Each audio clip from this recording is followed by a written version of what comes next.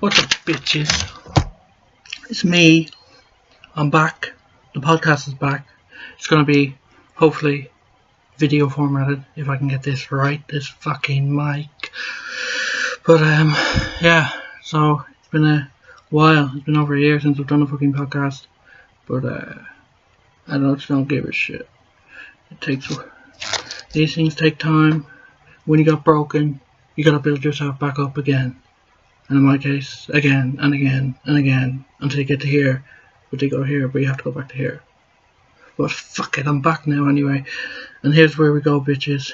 We're gonna go today, watch this podcast, listen to this podcast, do whatever the fuck you want with this podcast. And we're gonna go high. We're gonna go high, and we're gonna. This will actually be episode 9 of the podcast I did over a year ago. If you want to listen to them, I'll do a SoundCloud SoundCloud link in the description below, and all that shit. So today is 20th of May, and what we're going to discuss is the upcoming final day of the Premier League. Yeah, I'm just looking at my notes all here. Not as many notes as I used to do because I couldn't be arsed. But we're going to look at my notes. And if I feel like it at the end, I might talk about my disconnect from what I felt was once a great sport of darts. But I don't know if I'll do that. I might not. It all depends on how fucking my head goes. But look, we'll do the Premier League and see how we go. First up, tomorrow, the final day, Chelsea have the league wrapped up. We have Hull City relegated, with Sunderland relegated and Middlesbrough relegated. There's still a chance of Arsenal making top 4, but they have to beat Everton, which isn't an easy job, and they have to hope that Liverpool don't get much against Middlesbrough. So it's going to be tricky for Arsenal. We know stranger things have happened in football, as we all know.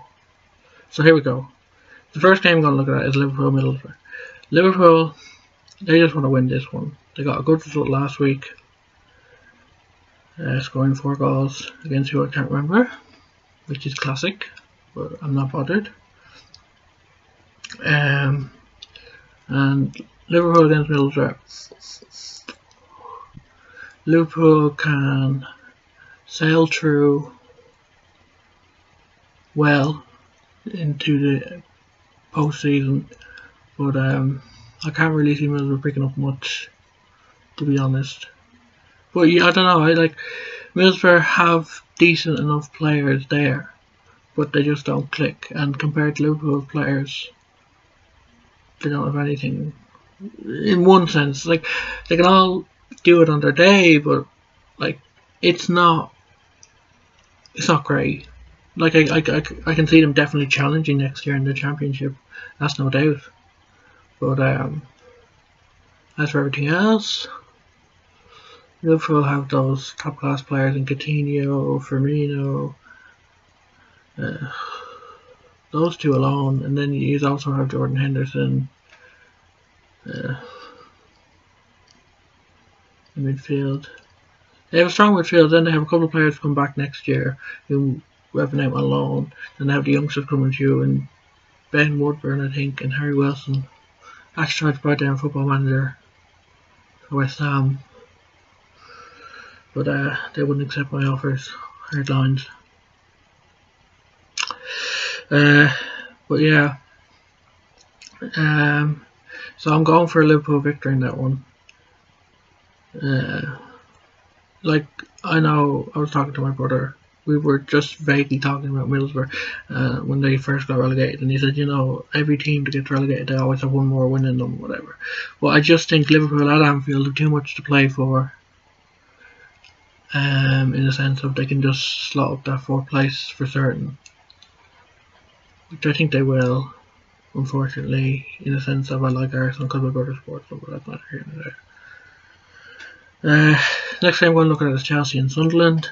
You have the champions against the championship team from next year. Been a messy season for Sunderland. They found it hard to get anything going in any form in the season. Like, you've had great performances by the 34-year-old Jermaine Defoe. It's unbelievable how he's kept such great fitness levels and great just sort of fluency. He still has a bit of pace. He gets in behind defenders. And then they do have some youngsters coming through in Duncan Watmore. But I think they'll be forced to sell the goalkeeper Jordan Pickford. I've been talking about that last night. But apparently Moyes wants 30 million. You're not going to get 30 million, pal. That's like not much less than Buffon was sold for when he went from Parma to Juventus all those years ago. So I can't see them keeping him. But I don't think he got that cheap. Maybe 10, 15. If that comes in, they'll have to sell him really. Because, yeah, you can't hold on if you're going to the championship. I know, like, there's the parachute payments, but they're not as substantial as they once were. So, and then we got Chelsea. Chelsea have just been destroying the league all year. So, you know, like, what can I say? They're Chelsea, apart from I think they're going to win this game and they're going to win it well. Maybe 3-4-0. But I don't know. Sunderland might get a goal. It'd be nice to see Defoe go out in a goal. I don't think he'll stay with them next year because, in one sense, I think if an offer comes in, I can't see them paying his 60 to 80 grand worth of wages in the championship. On a 34, will be a 35-year-old striker next season. It'd be classic if he went West Ham with their sort of policies that they've always have. Anyone over 35, you're in at West Ham. No, seriously, it's 32. Yeah, I can't see something getting much there. I'm going for a Chelsea win there. Arsenal Everton, I sort of have draw on this. Score draw. I know Arsenal are finishing quite strong, but it'll be classic Arsenal where they play, in the sense of they get to a certain level and then it just sort of peters out, and then they build up that level again and they peter again. Whether Wenger will leave or not, that's probably a bit of a talking point. Whether I think he should leave, look, I love Arsene Wenger to pieces. I think he's been great for the game. He is great for the game. But if he wants to leave, I think now would be the perfect time. Even if they get 4, even if he wins the FA Cup, I still think it would be a memorable time to leave. Oh, excuse me. Because he's been so strong for that club, and he'd be only right as he finished on a high, which I hope he does. Whether he will remains to be seen, because he could easily finish 5th and no FA Cup, or he can finish with an FA Cup and finish 4th. But I see a score draw on this one anyway, going back to the game.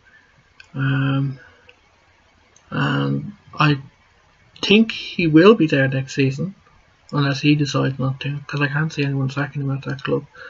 He won't be sacked anyway, but I think he's too stubborn to leave, even if they do just finish 5th with no FA Cup. But I think he should leave, as much as I love him and think he is great for the game. Personally, I'd like to see him involved in the French FA, but that's just my thing, and involved in the Arsenal upstairs. But I don't know, they're apparently making big changes with Alistair O'Brien apparently set to buy the club outright, so I don't know what's going to happen there. Score draw. Everton. Koeman's just doing what Koeman does, steady jobs. I'm just waiting until one day he'll be Barcelona manager in my view. Not this time around, because they're looking for a new manager obviously when Enrique leaves.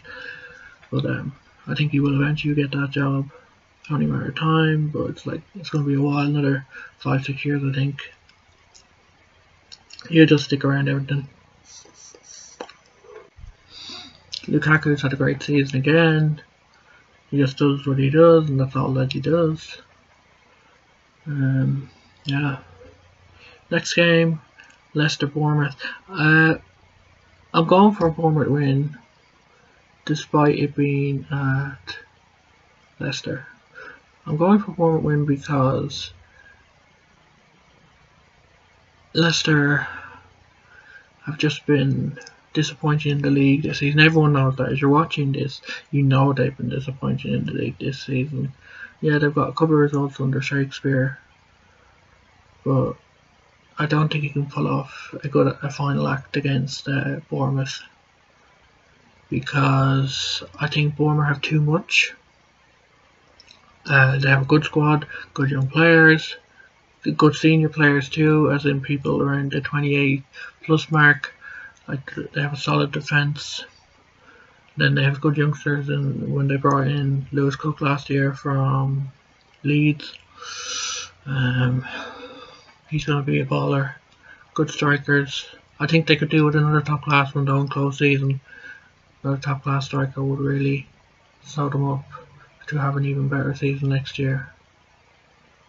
I think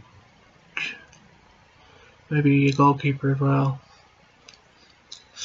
And then maybe just a couple more. And I think Bournemouth could have a good season next year if they don't lose Eddie Howe. I don't know where to, but I'm just in general, if they don't lose Eddie Howe. Leicester, like, they won the league last year with not a good squad, not a great squad. And then they, this year, struggled with that same squad, with a few additions, but basically same squad. So it just shows what a bang average squad it is. So it's sort of, you know, I think they got a big improvement next year, and that's even just to stay above the relegation battle. I don't think they get relegated next year. They have to get the right manager though, so they could be relegated. But I think Leicester need a lot of improvement. A lot of egos need to be dealt with. A lot of people put in their place. Because they won the league. Best achievement I've seen in many years of football that I've watched it. But it's just, once the ego comes into it, or the politics, it just doesn't work. And they need a good manager to go in there, give them all a smack on the back of the head, be given free rein of what he needs to do, and get them back as a Premier League unit. They need to be a unit, not this sort of individuals. We played the Vardy way, where he gets in behind defenders and play the ball over them. That's not going to work, because it's figured out. It got figured out even before they won the league. And they need to be able to adapt a new style of play on the spot every single game, because it's just not going to work. It's not going to work. I don't see it working. It didn't work this year. It didn't work toward the end of last year. So they got to do a lot in the summer. A lot of thinking. Get rid of some. We'll bring in some experienced heads as well. Not too experienced. I'm talking people who've played in the Premier League, who are experienced in the Premier League, but they don't necessarily have to be 32. Next up, we have Man United and Crystal Palace, the Super Sixth. Manchester United, they've had a real sort of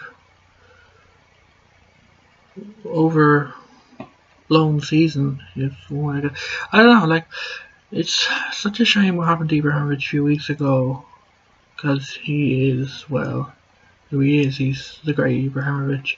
And then to see such a tragedy happening. Like, I know he might stick around there, I don't know, but even if he doesn't, or even if he does, he's never going to be the same player again. He can't get that back when you're 35, 36, whatever he is now. No, he'll be 36 at the end of this year, in October, so he can't get that back, I believe, personally. But he could prove me wrong, but I don't think he will. And then I just think their team, it just lacks a Vavavoom type of. Like, they have great players in Rashford, Martial, Rooney, but how many of them have actually done it? I know Rashford's still young, Martial's still young, and then Mkhitaryan, I think Mkhitaryan, the guy that got off Dortmund. There's a lot of young good players there, but it's time for people to step up at United, and it's time for Mourinho to stop being so confrontational all the time too, and show a bit of respect. But that's just me saying that, but I know he's not going to do it, so I don't know why I'm saying it, but it's the facts. You show respect and you get respect. But no, that's not me. I can go on for another hour talking about Mourinho, but I'm not going to, because that would just get me annoyed. Thought there was someone at the door, sorry. Yeah.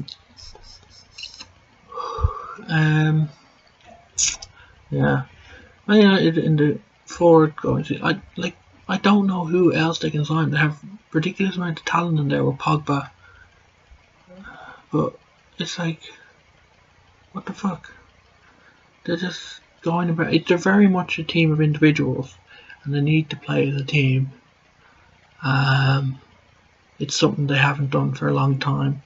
You even saw it at some stages during Ferguson's reign, and yet Ferguson, when he saw that, he'd round them back in, they'd be a unit, they'd get back on, but it just seems since he's left there's no one to come in, so they say, okay lads, I'm fucking so and so, and then round them back in. No, so personally it's not really working. It's not working right now at United. I'm saying it would be ridiculous to sack Mourinho though. I don't think they will. Then where he could go if he leaves. But at the same time, just a bit messy down there at the moment when you think about it. Crystal Palace, Big Sam does it again. He does it all the time. I know, like, he had a difficult start to the season, couldn't really get them going, and I thought, I think the magic might have worn off after the England problem, the England job lost. But in fairness, he steered them back around, he's got them out of it, he utilised Benteke to his strengths, and he's turned out to have another good season, Benteke. I know he didn't have it all his own way at Liverpool, but he's back to the Villa Benteke almost, and I think a lot of that is down to belief from the manager, and that's what Big Sam installs in players, and I believe a lot of it is down to the sort of, I don't know what word I'm looking for, but it's sort of like he makes them the main focus. It's like when he was at Bolton. He had all these great midfielders, and he made someone as simple as, I'm not comparing Benteke to Kevin Davis, because I think Benteke has a lot more than Kevin Davis, but he made Kevin Davis into a real utilised striker where you play everything around the striker, whether it's the defenders getting to the striker or whether it's short passes through the midfield to the striker. And he has a lot of that now at Crystal Palace. So I think if he gets good recruitment, I think he can have a good year. I think too, next year is a an important one for Palace. It's getting towards the end of exam, so can he have another run at making a team a top 10 team like he did with Bolton? He hasn't really got a chance long run at it since Newcastle. And he didn't even get a long run at Newcastle, so he hasn't really got a chance since Bolton when you look at it that way. Left Blackburn too early and all that. Now look at Blackburn, they've relegated from the Championship. But that's neither here nor there. So, but I'm going for United win against Palace in that one anyway. Next up we have Watford and Man City. Watford, I think it's a success that they stayed in the league, giving what they have, and I think it's going to be, if they can get in right recruitment, I think that's going to be a good season for them next year. Sorry, I sucked up a bit of my liquid by accident, and that's not nice. As for I think Watford can have a good season next year, with good recruitment.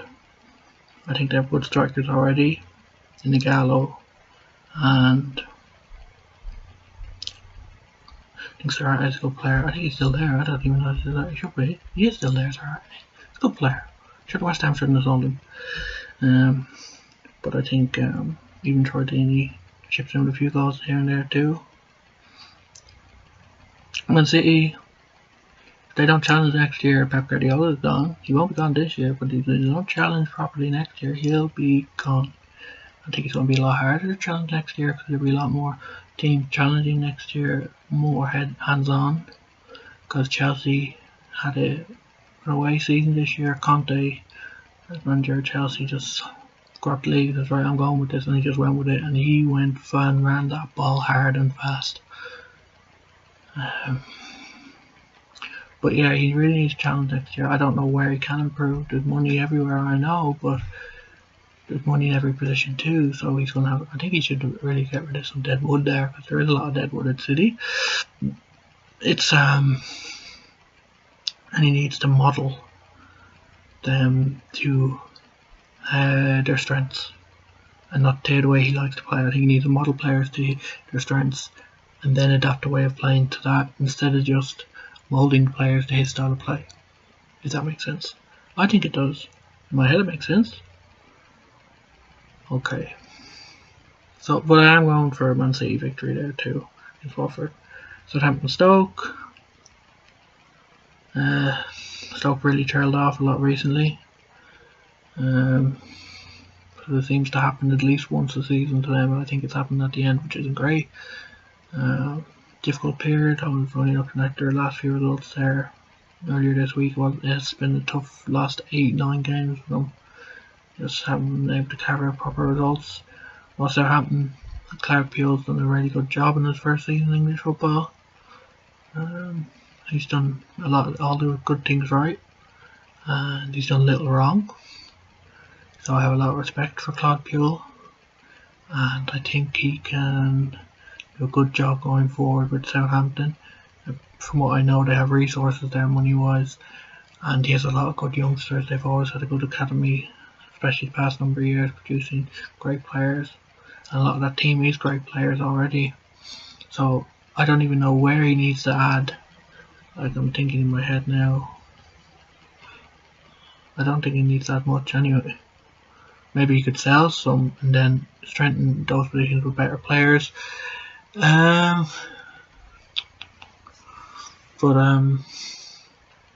expect another good season to happen next season.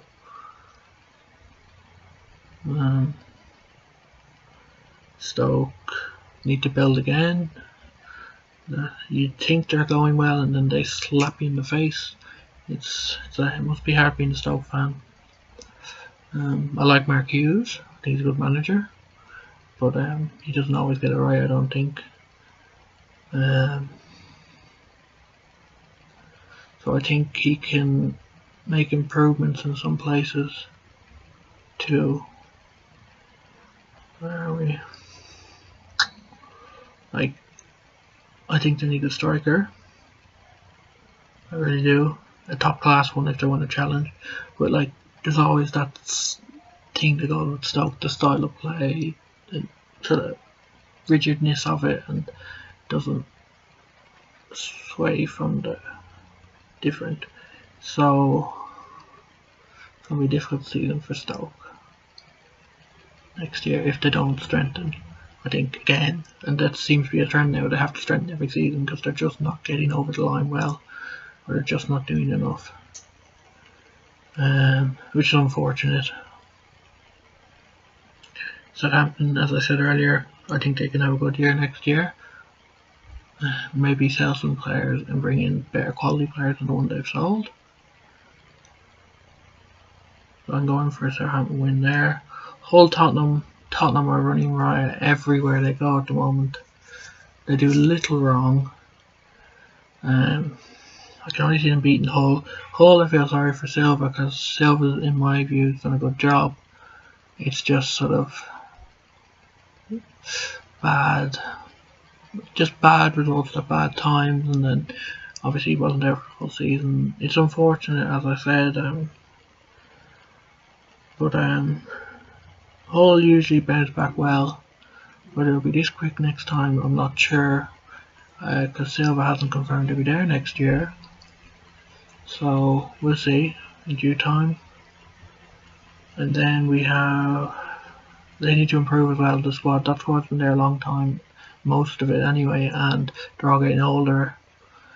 Not even getting older, but it's gone a bit stale. And every time they bring in a big flashy player, what seems to happen is that flashy player doesn't adapt to the English style of play very quickly, and you're left slugging it out with the older base. And then Tottenham going forward, they're going to finish second, and they've just really done themselves really well.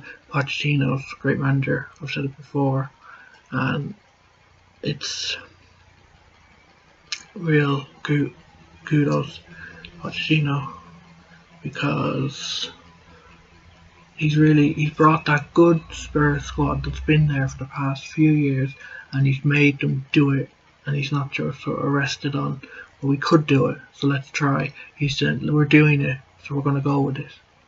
Pochettino, he has a certain style about him as well, as a person and a manager. He comes across well. I'm going for a Spurs victory there. Spurs, if they keep up what they're doing, I think they can be even stronger challengers next year. It's just a matter of keeping certain players fit. Harry Kane had a bad injury this year, and yet he's still the league's top goal scorer. Got 4 the other night. So it's he gets my thumbs up. Then we got Burnley against West Ham. So West Ham have had an atrocious season, full stop. They need to improve. Simply, if they don't improve, they're going to struggle next year. And West Ham struggle, they're not very good at dealing with struggling, and when they struggle bad. And when that comes out, then in the sense of they just lose, and they can't seem to get any momentum going. And then this new stadium has been a kick in the backside. It's been useless. Yeah, you can hold more people. What's the point in holding more people if people aren't going to see the matches? And that's not blaming West Ham fans. That's just me sort of saying, like, you can't fill out that all the bloody time. I said it a year ago. I said it 2 years ago. I'm saying it again. That was a big mistake. It is a big mistake. It's forward thinking, yes, but you just don't have the squad at the moment. You don't have the pull factor. You haven't. They needed to win a cup or something, and then bring people in. But look, that's not it. They're going to stay there. I don't know what I'm saying going on about it, but I'm just saying it's important, because I like West Ham. My dad's a West Ham supporter. So there's that. Burnley, Sean Dyche has turned them into a Sean Dyche side, hard working and give no sort of edge or core. Or I hate that saying, but it's showing them though. They just break teams down, occasionally score. Team comes back to them, they break them down again. It's just they're very rigid at every area of the pitch, and they do it very well, and fair play to them. I know, as I found on where there's not much money down there at Burnley, so it's unfortunate.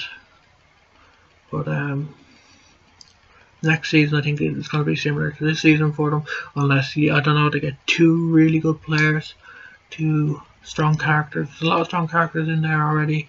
and they got to keep hold of people. That's what's important to them. They got to keep hold of the likes of Michael Keane and the goalkeeper Tommy Heaton. They got to keep hold of that core group. Like, I think their best chance of bringing in someone big and tough and really world class is a loan deal, and they're not always guaranteed to bring in what you need or want. So I think even next season it might be still a little bit difficult or harder next season for Burnley than what it is been this year. But that's not by any fault of their own. That's just the way football evolves, and Burnley have always sort of had a bit of trouble getting to the next level on that. West Ham, they just have so many players, but they're not all there yet. They have great youngsters, but they're all out on loan. They'll be back, I know, but it's like they'll either throw all the youngsters in or they won't throw them in. There's no sort of melded blend of good player. They don't know their squad yet. They haven't known their squad all year. He doesn't know his best squad, which leads to mistakes and problems. It leads to somebody, and yes, they've been very unfortunate with injuries. I'm not going to say no to that. It's been fucking abysmal injury wise. But if he had more belief in the youngsters earlier on, he may not have sent them out on loan, and then you would have the loan players back at West Ham instead of being out on loan, and you wouldn't have this problem. But look, it's happened. West Ham are going to stay up. That's what's important. And final game, we have. Oh, sorry, I'm actually going for Burnley winning that one. You can quote me on that. Sorry, just fixing my pen. Swansea West Brom. You're polar opposites. You have a good footballing side and you have West Brom side. Good footballing side in Swansea though have struggled more than the solid West Brom side. So what is better? It all depends. Like Swansea need to improve next year. That is said without a doubt. And if they don't improve next year, they'll be done. But in saying that, I think they can get a result tomorrow because West Brom haven't had a good last few games. They've been tough games, but they haven't done anything with them. So they sort of resigned. So Swansea will get a good win at the Liberty. That's their stadium. It is Liberty Stadium, and right off into the sunset. Really rough season, but they stayed up, and that's what's important, to stay up in the Premier League, and you get all the benefits that come with that. The most important benefit is being there next year. Because Swansea, I think, if they had went down, would have struggled in the Championship just a that bit. But no, I think it's an important season for Swansea next year. Whether they should stick or twist with Paul Clement, I don't know. I like Paul Clement. He was Derby under my team. He shouldn't have been sacked there. He's a good football man. He knows how to coach. He knows how to man manage. Something that there's a lot of managers don't know how to do in this day and age because there's so many egos. But I think Paul Clement's actually good at that. Which I don't know if everyone would agree with that. I think to keep Swansea up was a big plus on his CV. He's a very young manager CV. And yeah, as for West Brom, they have one of the best managers in the business, and I'm not joking in saying that. Tony Pulis is just so solid. I just keep saying to everyone, I hope he gets the Welsh job one day because he's Welsh. I think. But he deserves that crack in international job. But as for West Brom going forward, he will bring in those 2 or 3 players they need and few more with that. They'll have to look at a few positions soon because the squad's getting a bit older. But I think Tony Pulis knows these things. He's not stupid. He's not an idiot. And I think he has bases covered, and I'd say he's already preparing for next season. So I'm going actually for a Swansea win in that one too. So this has been nearly 35 minutes. I'm not going to talk about what I said I was going to talk about at the start right now. I might do it tomorrow when I'm doing my Premier League roundup. But it's been an absolute pleasure. I'm enjoying being back. it's been emotional. Alright, see you guys.